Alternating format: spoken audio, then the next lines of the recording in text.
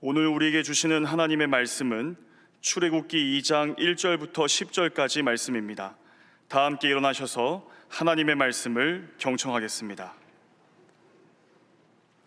레위 가족 중 한 사람이 가서 레위 여자에게 장가들어 그 여자가 임신하여 아들을 낳으니 그가 잘생긴 것을 보고 3달 동안 그를 숨겼으나 더 숨길 수 없게 되매 그를 위하여 갈대 상자를 가져다가 역청과 나무진을 칠하고 아기를 거기 담아 나일강가 갈대 사이에 두고 그의 누이가 어떻게 되는지를 알려고 멀리 섰더니 바로의 딸이 목욕하러 나일강으로 내려오고 시녀들은 나일강가를 거닐 때에 그가 갈대 사이의 상자를 보고 시녀를 보내어 가져다가 열고 그 아기를 보니 아기가 우는지라. 그가 그를 불쌍히 여겨 이르되 이는 히브리 사람의 아기로다. 그의 누이가 바로의 딸에게 이르되 내가 가서 당신을 위하여 히브리 여인 중에서 유모를 불러다가 이 아기에게 젖을 먹이게 하리이까. 바로의 딸이 그에게 이르되 가라 하매 그 소녀가 가서 그 아기의 어머니를 불러오니 바로의 딸이 그에게 이르되 이 아기를 데려다가 나를 위하여 젖을 먹이라. 내가 그 삭슬 주리라. 여인이 아기를 데려다가 젖을 먹이더니 그 아기가 자라매 바로의 딸에게로 데려가니 그가 그의 아들이 되니라. 그가 그의 이름을 모세라 하여 이르되 이는 내가 그를 물에서 건져내었음이라 하였더라. 이것은 하나님의 말씀입니다. 아멘. 2012년에 세상을 떠난 신바람 박사로 알려진 황수관 박사님을 여러분 기억하실 것입니다. 황수관 박사님은 자기 강연 중에 자기에 대한 이야기를 하면서 자기는 홍역으로 죽었다가 다시 살아났다고 그렇게 이야기를 했습니다.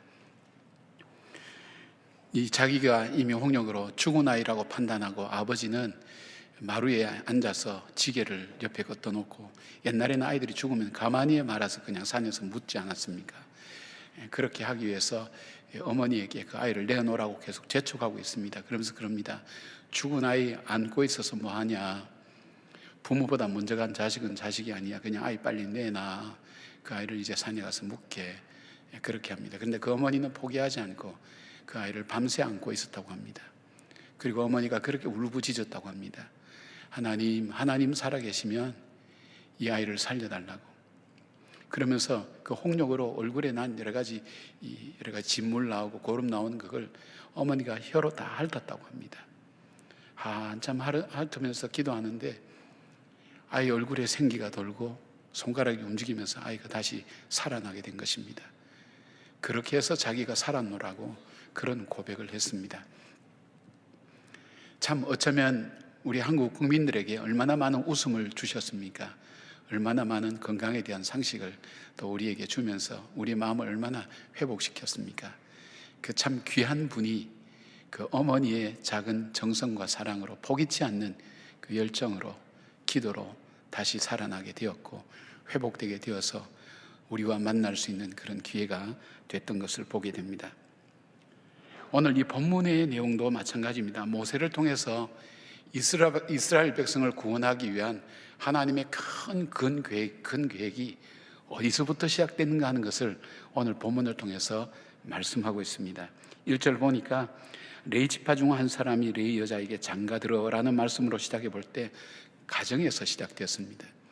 그 가정에서 시작되어서 모세라는 아이가 태어났고 그 모세를 통해서 이스라엘을 향한 하나님의 구원 계획이 시작되었는데 그 시작이 바로 이 가정이었습니다.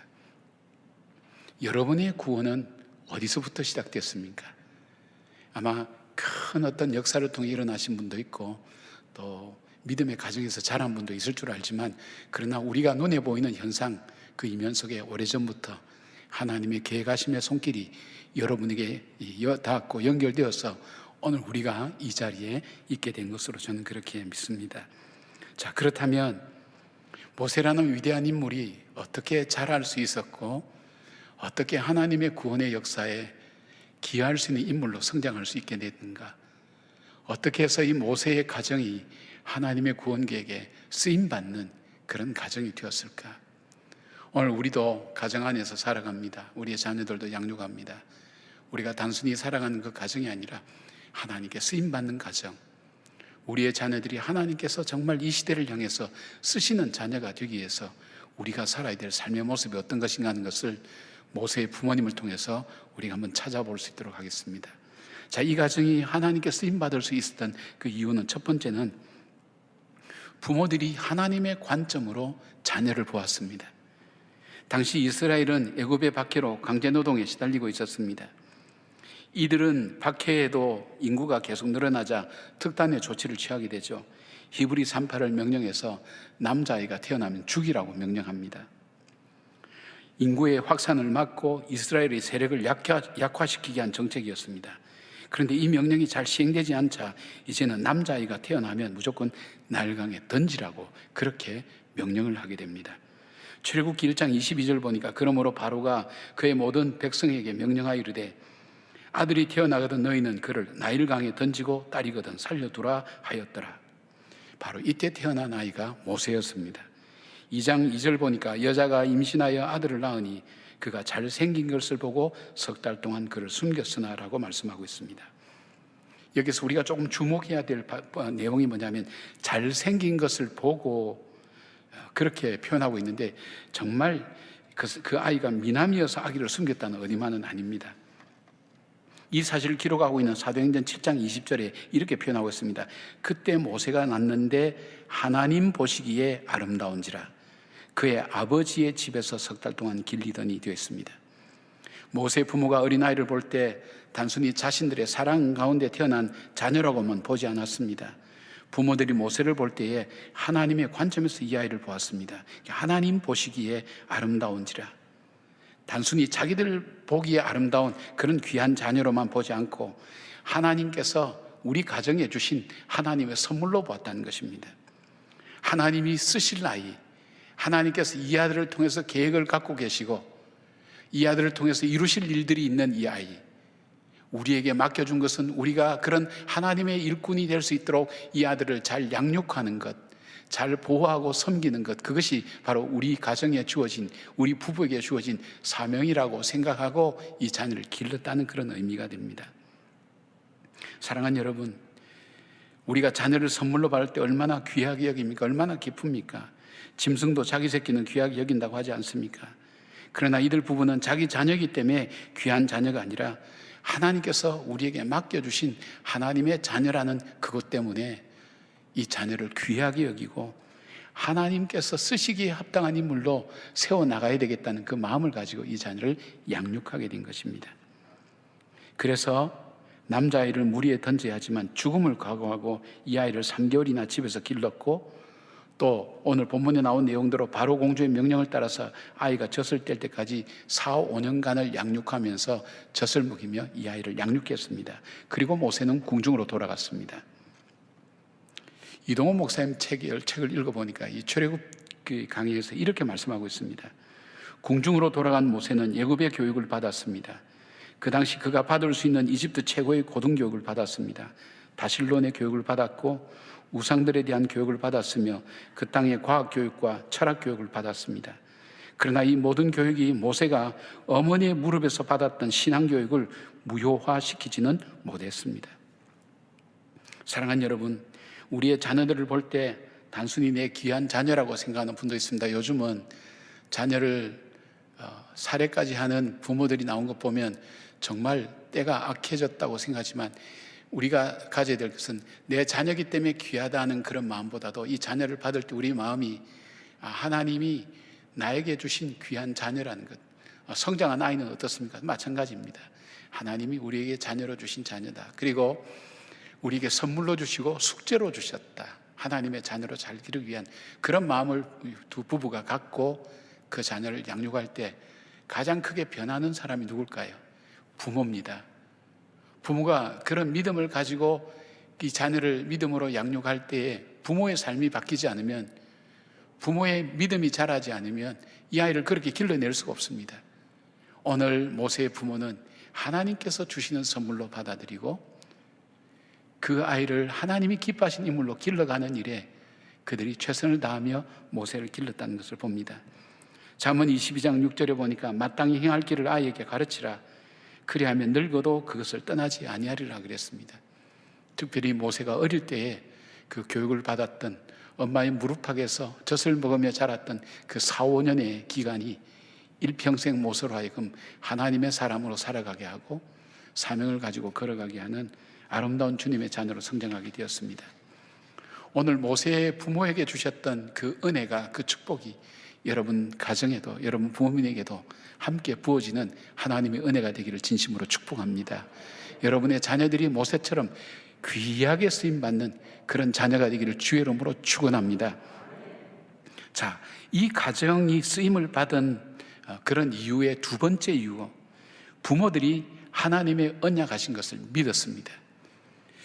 모세의 부모에 대해서 출애굽기 6장 20절에 이렇게 되어 있습니다. 아브람은 그들의 아버지의 누이 요게벳을 아내로 맞이하였고 그는 아론과 모세를 낳았으며 되어 있습니다. 이들 본문은 둘 다 레위지파의 사람이라고 말씀했습니다. 레위지파가 구체적으로 이렇게 하나님께 부름을 받기 전이지만 그래도 하나님 말씀에, 하나님 언약에 많이 접할 수 있는 그런 지파였다고 생각해 볼 수 있습니다. 믿음의 영웅들을 소개하는 히브리서 11장 23절에 바로 이들 부모가 소개되어 있습니다. 그때 이렇게 표현되어 있습니다.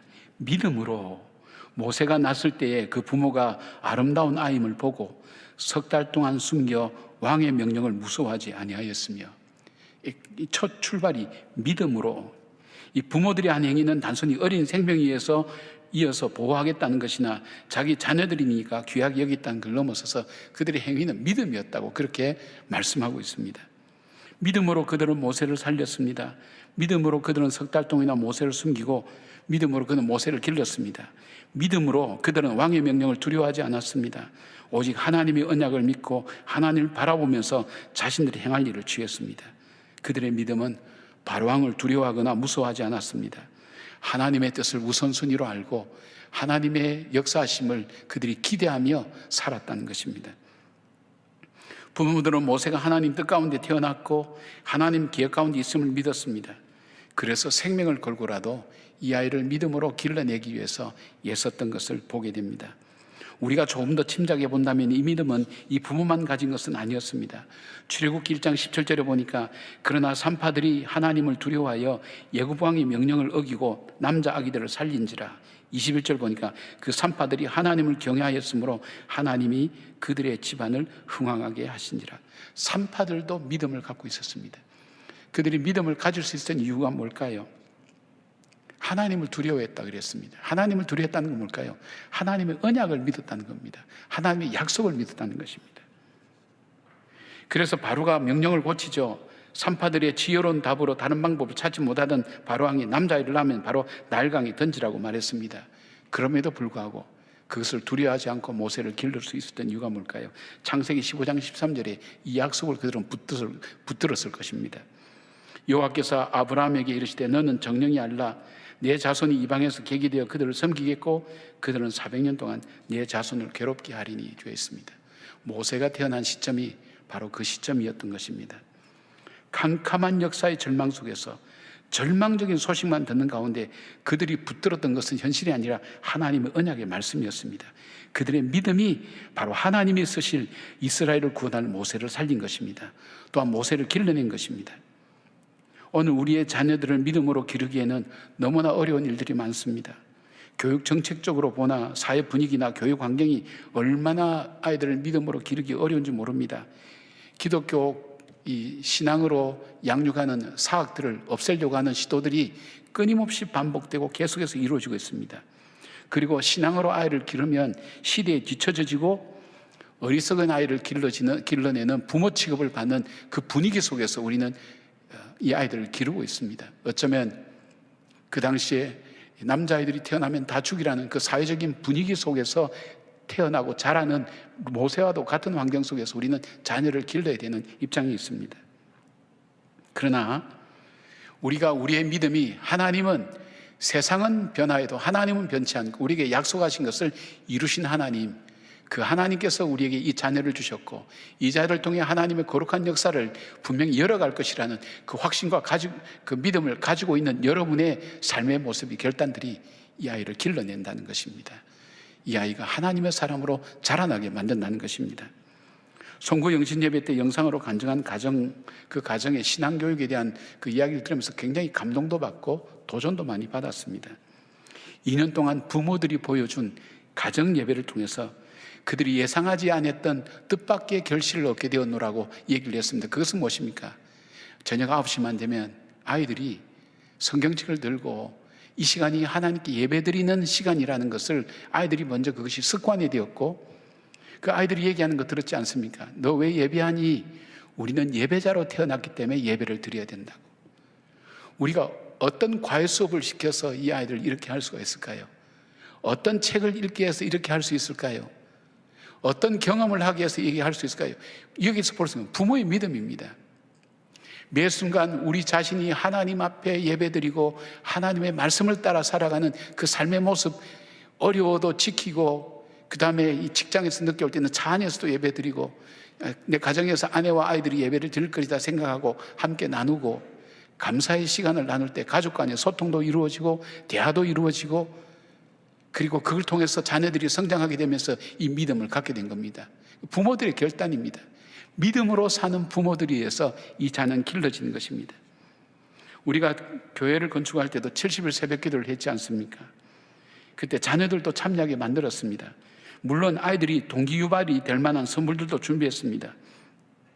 이때 많은 부모들이 별로 동의하지 않았습니다. 선물로 아이들을 유인한다고 생각했던 것 같았습니다. 그러나 40일 정도쯤 했을 때 부모는 지쳐서 포기하려고 했습니다. 문제는 아이들이 그 시간에 일어나서 부모를 깨우는 겁니다. 엄마 일어나 가야 된다고. 아빠 일어나 가야 된다고. 아이들이 일어나서 가자는데 마다할 부모가 별로 없죠. 자녀를 이길 부모는 없으니까. 그래서 나중에 그렇게 간증합니다. 목사님, 우리가 한 게 아닙니다. 이 아이들이 우리를 개근하게 만들었습니다. 이 힘이 어디서부터 나왔을까요? 믿음으로 결단하고 새벽마다 하나님 앞에 예배드렸던 그 시작이, 그 결실이, 중간 결실이 맺어지면서 오히려 우리의 삶을 인도하는 그 자녀들로 변화될 수 있는 그런 역사들이 일어나지 않았습니까? 여러분, 우리가 이 시대에는 믿음으로 길러야 됩니다. 저들에게 하나님 말씀과 기도로 양육해야 됩니다. 그리고 무엇보다도 저들이 하나님 앞에서 아름답게 자라도록 우리의 부모들이 믿음으로 살아야 되는 것입니다. 산파들처럼 우리 교회도, 우리 교사들도 믿음으로 이 자녀를 하나님의 사람으로 길러내야 되는 것입니다. 로마서 10장 17절 보니까 믿음은 들음에서 나며 들음은 그리스도의 말씀으로 말미암느니라. 우리의 말과 행동이 자녀들에게 주님의 말씀을 보여주고 들려주고 그리고 체험케 할 수 있도록 해야 된다는 것입니다. 우리 학교 선생님들도 아마 우리 가운데 많을 겁니다. 그냥 세상의 학문을 가르친 사람이라고 그렇게 생각하지 마시고 그 자녀들에게 믿음의 교사가 어떤 모습으로 학생들을 사랑하고 자기 삶을 어떻게 결정하고 선택하며 나가는가 하는 그 삶을 보여줄 때 하나님께서 그 아이들을 기억을 통해서, 삶을 통해서 그 삶을 바꿔 나갈 수 있다는, 산파와 같이 살릴 수 있다는 확신을 갖기를 바랍니다. 그리고 우리 부모들도 마찬가지입니다. 비록 살벌한 분위기 가운데서 자녀를 제대로 믿음으로 양육할 수 없지만 그렇게 양육해 갈 때에 하나님께서 그 자녀를 통해서 이루가실 크고 놀라운 꿈을 위하여 비전을 가지고, 꿈을 가지고 하나님의 언약을 붙들고 기도하며 내 삶을 통해, 그 믿음을 통해 자녀들에게 하나님 말씀을 보여주는 것, 그것이 바로 우리의 자녀들을 새롭게 만들어가는 자양분이 될 것입니다. 여러분의 가정의 자녀들이 모세와 같은 하나님이 세우시는 큰 자녀가 되기를 주의 이름으로 축복합니다. 여러분이 가르치는 학생들이, 교회 선생님들이 그 학생들 속에 하나님 말씀을 들려주고 보여주고 그리고 함께 나눌 때에 주께서 여러분의 손길을 통해서, 여러분의 모습을 통해서 그 아름다운 자녀들을 기를 것을 확신합니다. 여러분의 믿음으로 살아가는 그런 부모님들이 되시기를 주의 이름으로 축원합니다. 자, 이 가정이 어떻게 하나님 앞에 귀하게 쓰임받는 가정 되었을까요? 세 번째는 부모들이 믿음으로 구하고 하나님의 구원을 기대했습니다. 기대라는 것은 어떨 때 기대가 됩니까? 뭔가 우리가 붙드는 확신이 있어야 기대를 합니다. 우리가 가망이 없으면, 희망이 없으면 기대를 하지 않습니다. 그들은 하나님의 구원을 기대했습니다. 자, 이제 아기 모세는 더 이상 숨겨서 기를 수 없게 되었습니다. 3개월 정도 되면서 활동도 많아지고 아기의 울음소리도 커져서 더 이상 집에 기를 수 없게 되었을 때 아이를 마침내 나일강에 던질 수밖에 없었습니다. 그러나 이 믿음의 부모는 믿음의 행동을 결정했습니다. 그것은 갈대 상자로 역청을 안팎으로 발라서 물이 새지 못하도록 하고 그 상자에 모세를 나일강에 띄웠습니다. 믿음으로 산다고 하면서 우리가 할 일은 다 했다, 우린 더 이상 할 수 없다, 그래서 이 아이를 그냥 나일강에 던진 것이 아니라 우리가 할 수 있는, 마지막까지 할 수 있는 최선이 무엇인가를 그 부모들은 포기하지 않았습니다. 갈대 상자를 만들었습니다. 갈대 가지고 만들어서 아마 파피루스가 아닌가 그렇게 생각합니다. 그것이 물이 새지 않도록 안팎으로 역청을 발라서 물이 새지 않도록 상자를 만들었습니다.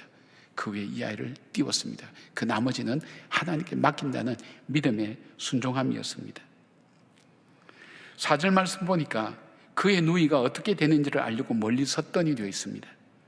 미리암이 한 10세쯤 되었지 않았나, 학자들이 그런 얘기합니다. 이 누이 미리암의 행동이 자신만의 생각이었을까요?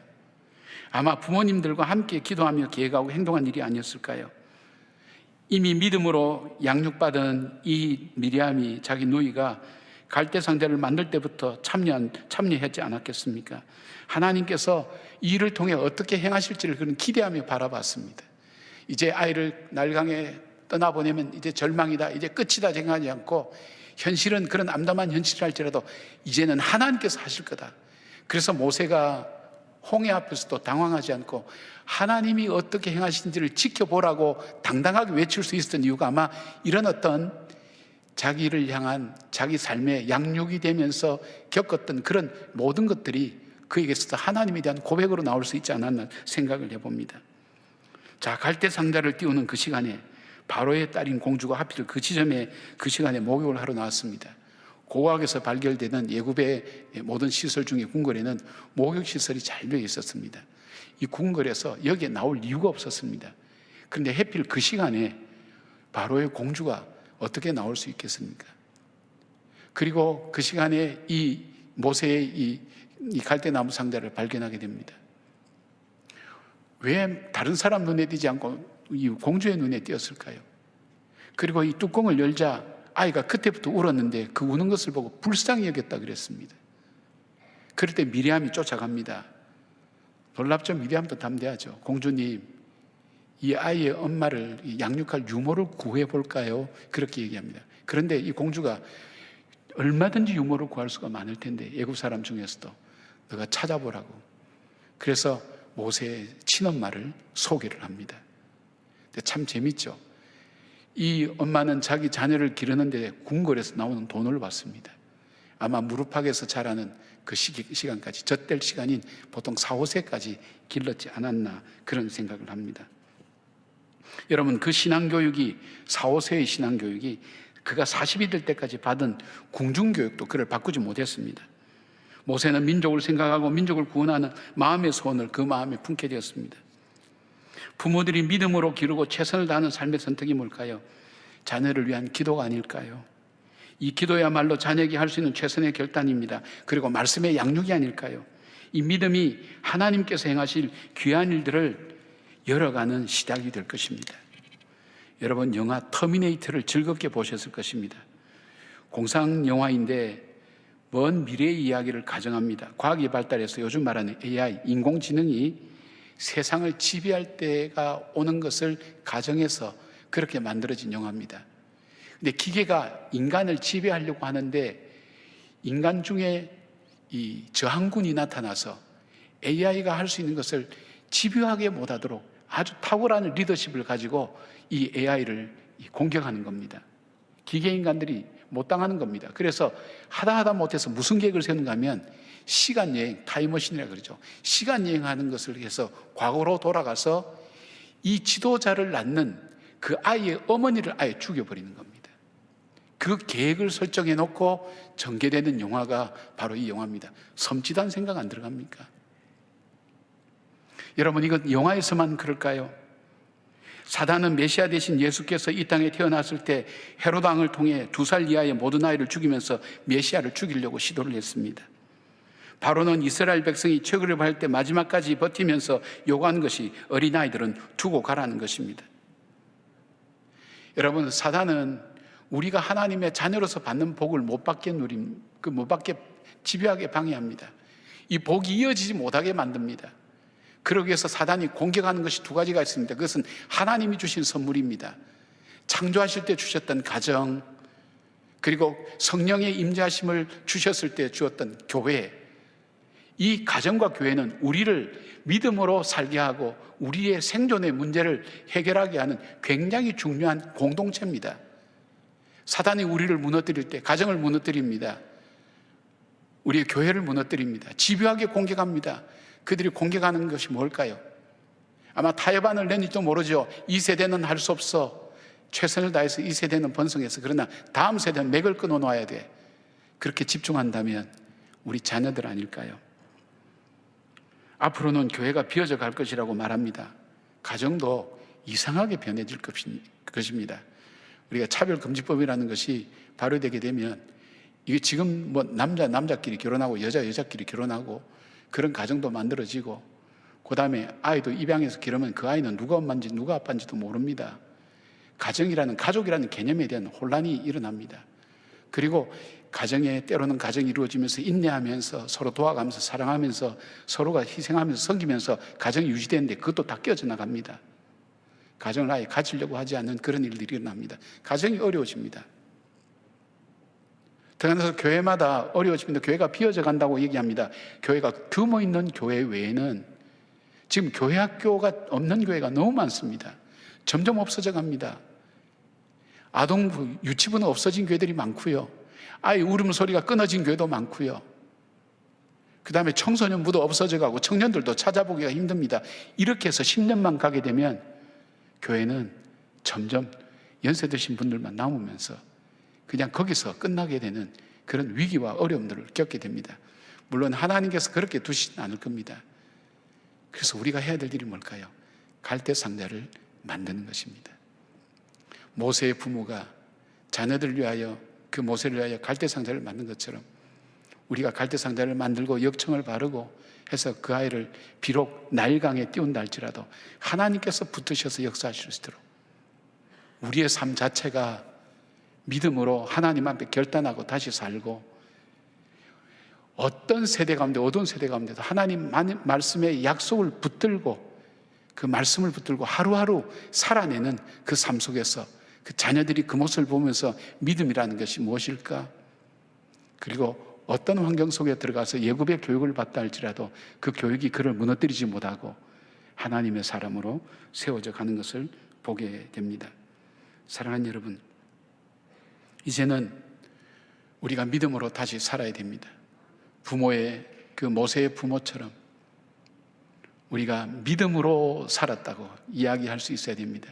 이 믿음이 우리의 자녀들을 새롭게 만듭니다. 이 믿음이 이미 성장한 자녀지만 우리의 기도로 이어지게 되고 우리의 섬김으로 이어지게 됩니다. 우리가 섬길 수 있다는 게 뭘까요? 기도보다 더 귀중한 섬김이 있을까요? 내 삶을 통해 말씀으로 그 자녀들에게 보여주는 것보다 더 귀한 섬김이 있을까요? 내가 하나님 앞에 서서 믿음으로 살아가는 것보다 더 좋은 교육은 없을 것입니다. 바로 그런 믿음의 그런 갈대상자가 만들어질 때에 우리 자녀들은 나일강에 던져져도 하나님께서 행하셔서 아름답게 다음 세대를 열어가는 믿음의 사람들이 될 것입니다. 캄캄한 밤중이라 할지라도 하나님께서 크고 놀라운 구원의 역사를 열어가시는 일꾼으로 쓰임받게 될 줄로 믿습니다. 그 일에 참여하시고 그 일의 주인공이 되시고 그 일의 혜택을 받으시는 믿음의 부모님들 되시고 여러분 가정 되시기를 주의 이름으로 축원합니다. 아멘. 기도하겠습니다. 하나님, 학교에서 학생들을 가르치는 우리 선생님들을 축복해 주시고 자녀들을 양육하는 우리 부모들을 축복해 주시고 교회 학교에서 우리 아이들 가르치는 선생님들을 축복해 주시옵소서. 믿음의 갈대상자를 만들어서 하나님, 이 어두운 시대에 하나님의 약속 붙들고 어두운 시대를 살았던 그 부모님들처럼 세상을 바라보지 않고 주의 말씀과 약속을 믿고 우리 자녀들 약속의 자녀로 길러갈 수 있도록 하나님, 사랑하는 우리 성도들의 가정 위에 삶 위에 하나님 함께 하시고 역사하여 주시옵소서. 참 믿음의 사람으로 살아갈 수 있도록 주여 성령님 도와주시옵소서. 예수님의 이름으로 기도드리옵나이다. 아멘.